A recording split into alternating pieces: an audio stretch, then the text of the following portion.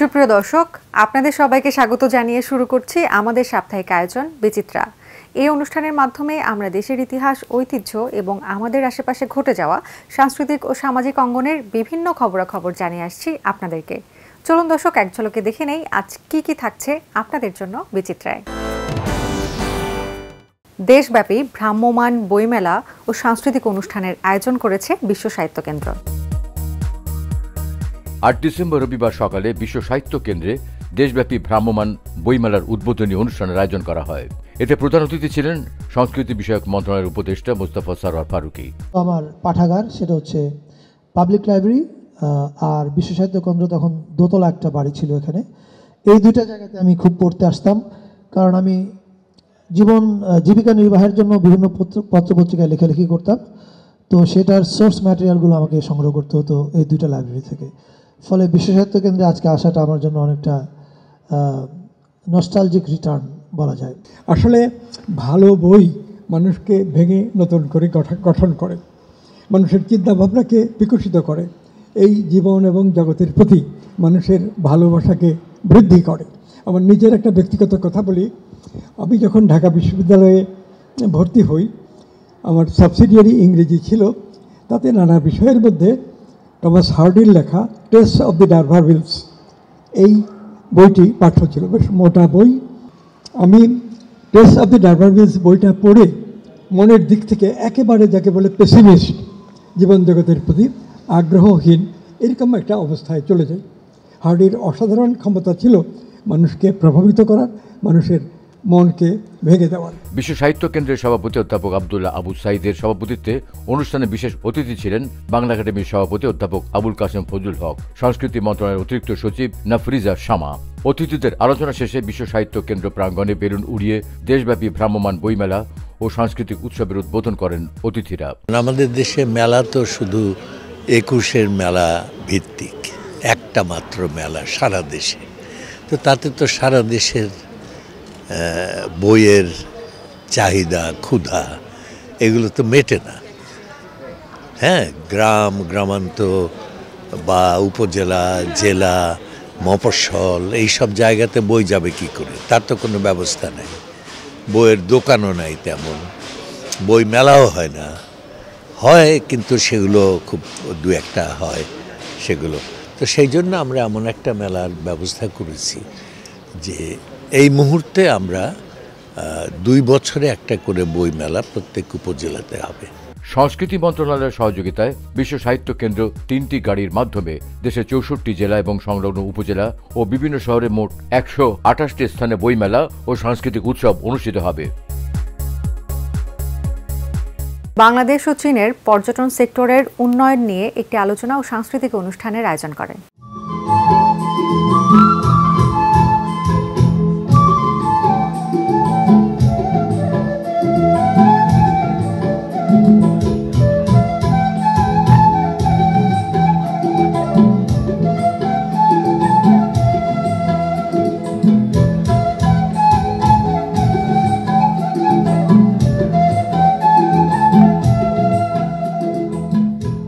বাংলাদেশি পর্যটকদের চীনের প্রাচীন সভ্যতা এবং দেশটি ঘুরে দেখার জন্য আমন্ত্রণ জানিয়ে ১০ ডিসেম্বর মঙ্গলবার সকালে রাজধানীর জাতীয় জাদুঘরের কবি সুফিয়া কামাল মিলনায়তনে চীনা দূতাবাস ও association of travel agents of Bangladesh আটাবের যৌথ উদ্যোগে এক আলোচনা, সাংস্কৃতিক অনুষ্ঠান ও প্রদর্শনীর আয়োজন করা হয়। এই বছর আমরা 4টা প্রকল্প নিয়েছি, 5টা জায়গায় আমরা ফিজিবিলিটি স্টাডি করেছিলাম, কিন্তু এর থেকে আমরা 4টাকে আইডেন্টিফাই করেছি যে এটাকে আমরা আন্তর্জাতিক মানের করে করব। একটি হচ্ছে টাঙ্গুয়ার হাওর, একটি নিজুম দ্বীপ, একটি হচ্ছে সুন্দরবনের শরণখোলা, আর একটি হচ্ছে পাহাড়পুর, যেটি আপনারা এখানে দেখেছেন। তো এই 4টা জায়গাকে আমরা আন্তর্জাতিক মানের করব। China Bangladesh have a 1000 friendship history, and now more people from China come to Bangladesh to tourism, to have a company to study, and more Bangladeshi people come to China. From today we introduce the beautiful of China, of Bangladesh. Let's know more about each other. অনুষ্ঠানে প্রধান অতিথি ছিলেন Bangladesh tourism বোর্ডের প্রধান নির্বাহী কর্মকর্তা আবু তাহের মোহাম্মদ জাবের। এ সময় উপস্থিত ছিলেন ঢাকাস্থ চীনা দূতাবাসের cultural councillor Li Shaopeng, association of travel agents of Bangladesh আটাবের সভাপতি আব্দুল সালাম আরেফ সহ বিভিন্ন ট্রাভেল সংগঠনের কর্মকর্তারা।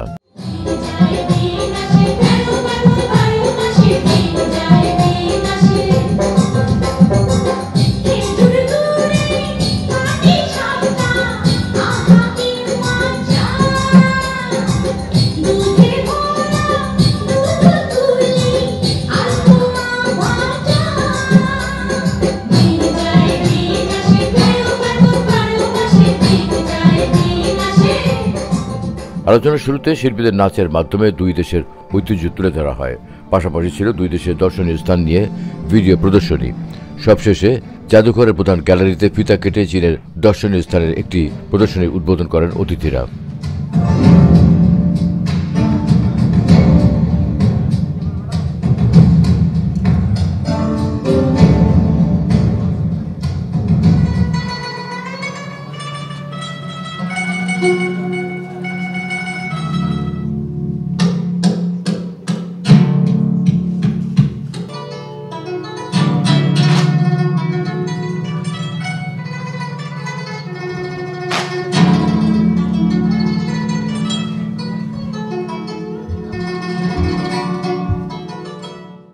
নারীর প্রতি সহিংসতা প্রতিরোধে একটি ক্যাম্পেইনের আয়োজন করা হয়।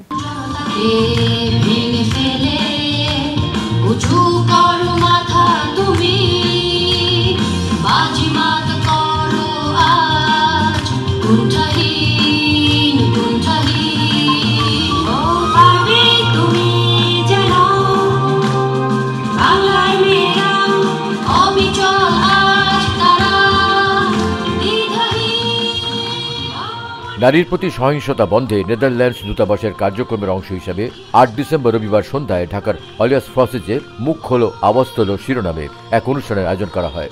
এতে প্রধান অতিথি ছিলেন নেদারল্যান্ডস দূতাবাসের উপপ্রধান থিজিস ওয়াইউড্রস্টা।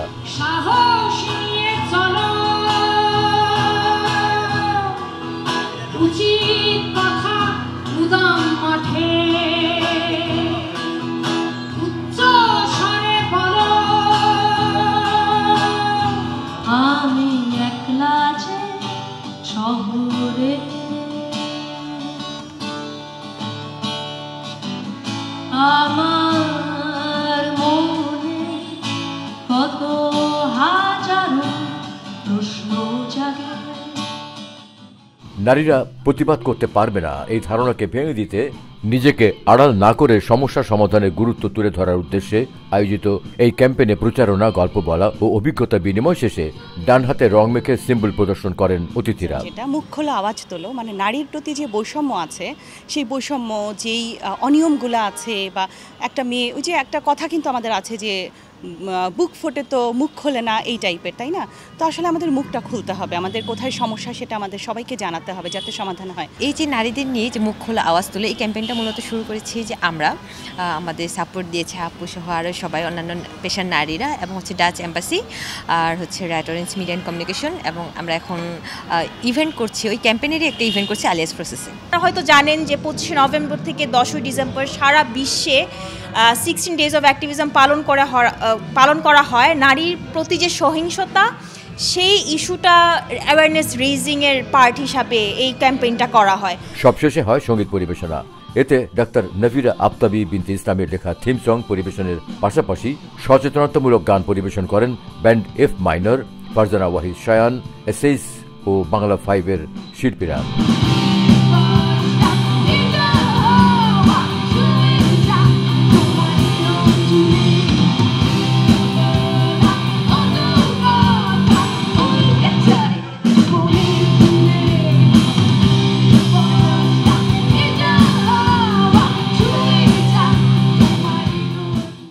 সম্প্রতি শিল্পকলায় মঞ্চস্থ হল মামুনুর রশিদ নির্দেশিত জনপ্রিয় নাটক কোম্পানি।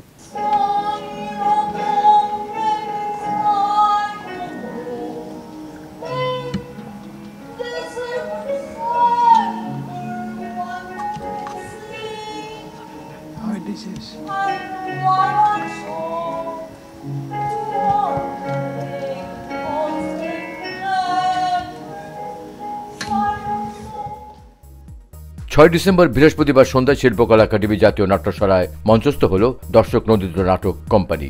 এটি আরণ্যকের ৬৬তম প্রযোজনা। আপনারা লক্ষ্য করেছেন বেশ বিপুল সংখ্যক দর্শক এখনও এই নাটকটি দেখতে চায়, এবং এই নাটকটি শুরু করেছিলাম আমরা ঈদের সময়, ঈদের ছুটিতে, ঈদের দিনও এবং নববর্ষের দিনও এই নাটকটি আমরা অভিনয় করেছি। বিপুল সংখ্যক দর্শক এই নাটকটি দেখেছে। কোম্পানি নাটকে 250 বছরের বেশি পুরনো সময়ের ঘটনা উঠে এলেও বর্তমান সময়ের সঙ্গে রয়েছে প্রাসঙ্গিকতা। গল্পের ভেতরে রয়েছে নানা মারপ্যাচ ও কুটচাল, রয়েছে সংঘাতময় ঘটনা। আমি আমার মন্ত্রিসভা বলতে চাই, আপনি প্রধানমন্ত্রী এবং প্রধান সেনাপতির দায়িত্ব গ্রহণ করুন। नहीं मामा नहीं, ये भी सटीक नहीं होगा। मेरी अपराधी हत्याর পরোয়া নবাবাদী অধিকার সময় থেকে তিনি প্রধান সিপাহসালার দায়িত্ব পালন করছেন। আমাকে হঠাৎ দায়িত্ব দিলে আমার আদেশ সেনাবাহিনী মানবে বলে আমার মনে হয়। তার যে একজন সেনাপতি হিসেবে আমার দায়িত্ব আমাকে সঠিকভাবে পালন করতে জাফর আলী খান, জাফর আলী খান আমার আত্মীয়, সেটাই তো সমস্যা। তিনি আমার যে বয়সে বড় এবং প্রাজ্ঞ, তাকে নির্দেশ দেওয়া আমার পক্ষে সম্ভব নয়। আমি ইতিমধ্যে তিনি আমার নির্দেশ অমান্য করেছেন। উপনিবেশিত ব্রিটিশ আমলে ভারতীয় উপমহাদেশে ইস্ট ইন্ডিয়া কোম্পানির শাসনকাল। যুদ্ধের সেই দামাময় ক্লাইভের পরাজিত হতে হয় বাংলার অপরিণত বয়সী বাংলার নবাব সিরাজউদ্দৌলাকে। ফলে বাংলা হারায় তার স্বাধীনতা। এই সময়ের মধ্যে বহুমুখী ষড়যন্ত্র এবং উত্থান পতন সহ নানা কিছু দেখা যায় এই নাটকে। আমি যতটা জানি এরকম তো হবার কথা না। কৃষ্ণবল্লভকে ঢাকায় আমার যে ব্যাংক আছে, সেখানে মাঝে মধ্যে রাজস্বের অর্থ জমা দিয়ে থাকে, আর সেই ব্যাংক থেকে যে সুদের টাকা পায় সেটা তো মুর্শিদাবাদে আসে। আমি আরো যতটা জানি ঘরশিকি বেগমের সাথে তার যোগাযোগ।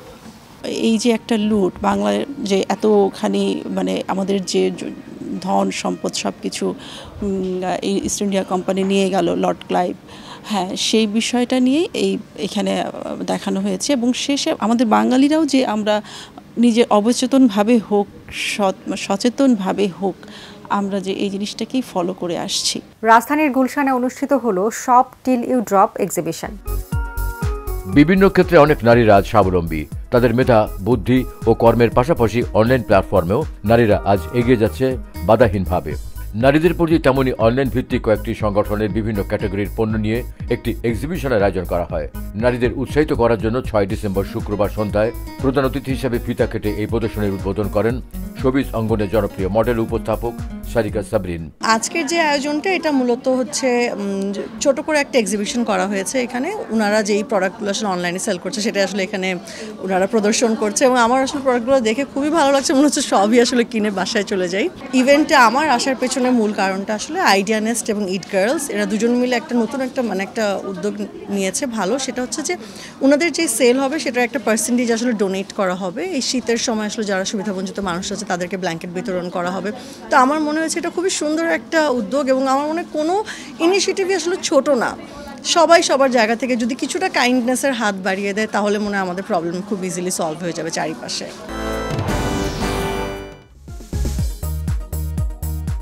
Merit international renaissance Dhaka Gulshan হোটেলে অনুষ্ঠিত হল রেন ক্রিসমাস কেক মিক্সিং এবং 3 লাইটিং সেরেমনি। 10 ডিসেম্বর মঙ্গলবার সন্ধ্যায় হোটেল লবিতে অনুষ্ঠিত হয় এই আয়োজন। এতে উপস্থিত ছিলেন executive chef, hotel manager, associates, corporate সদস্যরা। ক্রিসমাসে কেক মিক্সিং এর এই প্রথা অনেক বছরের পুরনো। এই ঐতিহ্যকে ধরে রাখতেই রেনেসান্স ঢাকা গুলশান হোটেল এই আয়োজন করে। বিভিন্ন রকমের ফল, বাদাম এবং আরও উপকরণ একসাথে মিশিয়ে ক্রিসমাসের কেকের জন্য তৈরি করা হয় এই মিশ্রণটি। সবাই মিলে একত্রিত হয়ে এই উৎসবটি পালন করে তারা। আয়োজনটি উপলক্ষে হোটেল সেজে উঠেছিল ক্রিসমাসের সাজে। জাতীয় কবি কাজী নজরুল ইসলাম বিশ্ববিদ্যালয়ে চলছে 3 দিনব্যাপী জয়নুল উৎসব।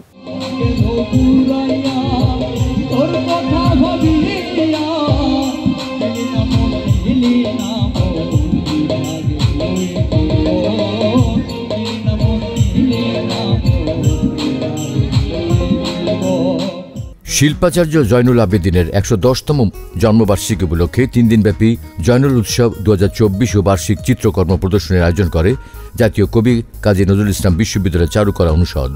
9 ডিসেম্বর সোমবার বিশ্ববিদ্যালয়ের পুরাতন কলা অনুষদ সংলগ্ন চুরুলিয়া মঞ্চে আয়োজিত অনুষ্ঠানে প্রধান অতিথি ছিলেন উপাচার্য অধ্যাপক ড. মোহাম্মদ জাহাঙ্গীর আলম। চারুকলা অনুষদের ডিন অধ্যাপক ড. তপন কুমার সরকারের সভাপতিত্বে এতে বিশেষ অতিথি ছিলেন ট্রেজারার অধ্যাপক ড. মোহাম্মদ জয়নুল আবেদিন সিদ্দিকী এবং রেজিস্ট্রার অধ্যাপক ড. মোহাম্মদ মিজানুর রহমান। এছাড়া স্বাগত বক্তব্য প্রদান করেন চারুকলা বিভাগের বিভাগীয় প্রধান নগরবাসী বর্মন। অতিথিদের আলোচনা শেষে বিশ্ববিদ্যালয় চারুকলা বিভাগের উদ্যোগে আয়োজিত চিত্রকর্ম প্রদর্শনীর উদ্বোধন করেন অতিথিরা। সব শেষে হয় সাংস্কৃতিক অনুষ্ঠান। এতে বিশ্ববিদ্যালয়ের শিল্পীরা সঙ্গীত পরিবেশন করেন।